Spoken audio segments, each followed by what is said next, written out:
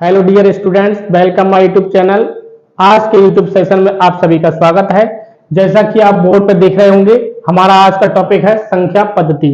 संख्या पद्धति में हमारा बेसिक कॉन्सेप्ट चल रहा है इस समय कि संख्या पद्धति में बेसिक क्या क्या चीज है, उस चीज को हम लोग अभी समझ रहे हैं। इधर लिखा हुआ है निःशुल्क क्लास। तो यूट्यूब पर हमारी ये क्लास निःशुल्क रहेगी। आप सभी छात्र के हित में ये पूरी क्लास निःशुल्क रहने वाली है। तो शुरू करते हैं आज का सेशन। आज का सेशन है सम संख्या, विषम संख्या, पूर्ववर्ती संख्या और अनुवर्ती संख्या। यहां से क्वेश्चन मिलते हैं तो इसको समझते हैं। सम संख्या क्या होती है? सम संख्या यानी इवन नंबर क्या होती है? जब किसी संख्या को 2 से डिवाइड करते हैं तो वो संख्या पूरी पूरी विभाजित हो जाती है, तो वो संख्या कहलाती है सम संख्या। किसी सम संख्या को हम कैसे पहचानेंगे कि कोई संख्या सम है या नहीं है? तो सबसे पहले हम देखेंगे इकाई का अंक। किसी संख्या में इकाई का अंक 0 हो, 2 हो, 4 हो, 6 हो या 8 हो तो वो संख्या कहलाएगी सम संख्या। अब एक मिनट आप देख लो कि इकाई का अंक होता क्या है। जैसे ये कुछ संख्या लिखी हुई है, लोगों ने पढ़ा होगा छोटे क्लास में। तो ये वाला क्या होता है? इकाई। और ये वाला ढाई। इधर कोई अंक लिखा हो तो ये सैकड़ा। तो ये इकाई का जो अंक है वो क्या होना चाहिए? 0 होना चाहिए, 2 होना चाहिए, 4 होना चाहिए, 6 होना चाहिए या फिर 8 होना चाहिए। जैसा कि एग्जाम्पल में देख रहे होंगे 250। तो इकाई का अंक क्या है? 0। 1046 इकाई का अंक 6। 508 इकाई का अंक 8। 704 तो इकाई का अंक 4। तो इस तरीके से हम लोग सम संख्या की पहचान कर सकते हैं। नेक्स्ट है हमारा विषम संख्या यानी ऑड नंबर। इसमें क्या है? इकाई का अंक क्या होना चाहिए? 1, 3, 5, 7, 9। यानी विषम संख्या क्या होती है?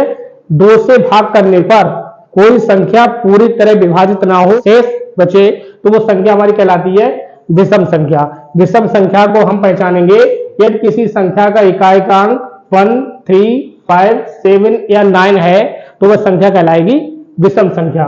देखो इधर है 13, इसमें इकाई का अंक क्या है? 3। 137 इकाई का अंक 7। 609 इकाई का अंक 9। 599 इकाई का अंक 9। तो इस तरीके से हम लोग सम और विषम को डिफाइन कर सकते हैं, पहचान कर सकते हैं कि सम संख्या कौन सी और विषम संख्या कौन सी है। इसका इंपॉर्टेंट फैक्ट देख ले एक बार। सम संख्या का इंपॉर्टेंट फैक्ट क्या है? किसी सम संख्या में सम संख्या जोड़ें या घटाएं तो हमेशा क्या प्राप्त होगा? सम संख्या ही प्राप्त होगी। जैसे 24 कोई सम संख्या है, इसमें दूसरी सम संख्या हमने जोड़ ली 6 तो 30 प्राप्त हो गया। ये भी क्या है? सम। और ये भी है सम और ये भी है सम। तो किसी सम संख्या में सम संख्या जोड़ते हैं तो हमें सम संख्या प्राप्त होती है। इसी तरीके से किसी सम संख्या में ये भी सम संख्या है, ये भी सम संख्या है। किसी सम संख्या में दूसरी सम संख्या माइनस करते हैं, घटाते हैं तो हमें सम संख्या ही प्राप्त होती है। ये 498 क्या है? ये भी एक सम संख्या है। विषम संख्या का इंपॉर्टेंट फैक्ट क्या है जो एग्जाम में पूछा जाता है? विषम संख्या में एक जोड़ें या एक घटाएं तो हमेशा क्या होता है? सम संख्या प्राप्त होती है। कौन सी संख्या? सम संख्या। जैसे 301 क्या हमारा विषम नंबर है, इसमें एक जोड़ दिया तो 302 प्राप्त हो गया। 302 क्या हमारा? सम संख्या। इसी तरीके से 605 में एक माइनस कर दिया तो प्राप्त हो गया 604। तो ये भी क्या है? सम संख्या। तो विषम संख्या में एक जोड़े या फिर एक माइनस करें तो हमें सम संख्या प्राप्त होती है। नेक्स्ट है पूर्ववर्ती संख्या। पूर्ववर्ती संख्या क्या होती है? यदि किसी संख्या में जो दी गई संख्या है उसमें एक माइनस कर दें तो जो संख्या प्राप्त होगी वो कहलाएगी पूर्ववर्ती संख्या। और यदि दी गई संख्या में एक जोड़ दें तो वो कहलाती है अनुवर्ती संख्या। अनुवर्ती मीन्स आगे वाली, ठीक। पूर्व मीन्स पहले वाली। तो दी गई संख्या से ठीक पहले वाली संख्या जो होगी वो होगी पूर्ववर्ती संख्या। जैसे कोई पूछे 30 की पूर्ववर्ती बताओ तो इसमें 30 में क्या करेंगे? एक माइनस कर देंगे यानी 29, ठीक है। पूर्ववर्ती संख्या निकालने के लिए हम लोग एक माइनस करते हैं, ठीक है। और अनुवर्ती संख्या निकालने के लिए एक प्लस करते हैं। तो शून्य की कोई भी पूर्ववर्ती संख्या नहीं होती है। नेक्स्ट है अनुवर्ती संख्या। अनुवर्ती संख्याओं के कई नाम है जिसमें हम लोग कंफ्यूज हो जाते हैं। अनुवर्ती संख्या, परवर्ती संख्या या उत्तरवर्ती संख्या। आप लोगों ने ये नाम तो सुना होगा लेकिन ये दोनों नाम नहीं सुने होंगे जो बार बार कंपटीशन के एग्जाम में पूछे जाते हैं। कौन कौन से? परवर्ती और उत्तरवर्ती, इसका मतलब भी होता है अनुवर्ती। दी गई संख्या के ठीक बाद वाली संख्या कहलाती है अनुवर्ती संख्या। जैसे 699 है तो इसमें एक जोड़ दें तो क्या प्राप्त होगा 700, तो 699 की अनुवर्ती संख्या हो जाएगी 700।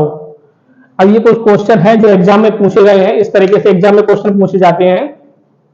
1000 का पूर्ववर्ती, अब पूर्ववर्ती का मतलब पहले वाली संख्या, तो 1000 से हम लोगों ने क्या कर दिया, एक माइनस कर दिया, तो क्या प्राप्त हो गया 999। तो क्वेश्चन आए 1000 का पूर्ववर्ती संख्या मतलब पहले वाली संख्या, तो क्या हो जाएगी 999। 1000 के पूर्ववर्ती का पूर्ववर्ती, पूर्ववर्ती का पूर्ववर्ती, तो पहले 1000 का पूर्ववर्ती हम लोगों ने क्या निकाला था यहाँ पे 999, और इसका भी पूर्ववर्ती पूछ रहा है तो इसमें से हम एक माइनस कर देंगे, कितना आ जाएगा 998। 1000 का परवर्ती है, परवर्ती का मतलब होता है अनुवर्ती, ठीक है। तो इसमें क्या करेंगे, एक जोड़ेंगे, तो 1000 में एक जोड़ दिया तो फिर आ गया 1001। 1000 के पूर्ववर्ती का परवर्ती, अब पहले 1000 का पूर्ववर्ती हम लोग ऊपर निकाल चुके हैं, 1000 पूर्ववर्ती कितना है 999, और परवर्ती का मतलब होता है अनुवर्ती यानी एक जोड़ने पर, तो 999 एक जोड़ दिया तो क्या प्राप्त हो गया हमें 1000। तो इस तरीके से हम लोग अनुवर्ती, पूर्ववर्ती, सम या विषम संख्याओं की पहचान अच्छे से कर सकते हैं। यदि वीडियो आपको अच्छी लगी हो तो लाइक करें, चैनल को सब्सक्राइब करें और दोस्तों के साथ शेयर भी करें, और कमेंट बॉक्स में जरूर बताएं वीडियो आपको कैसी लगी। मिलते हैं नेक्स्ट सेशन में, तब तक के लिए जय हिंद, जय भारत।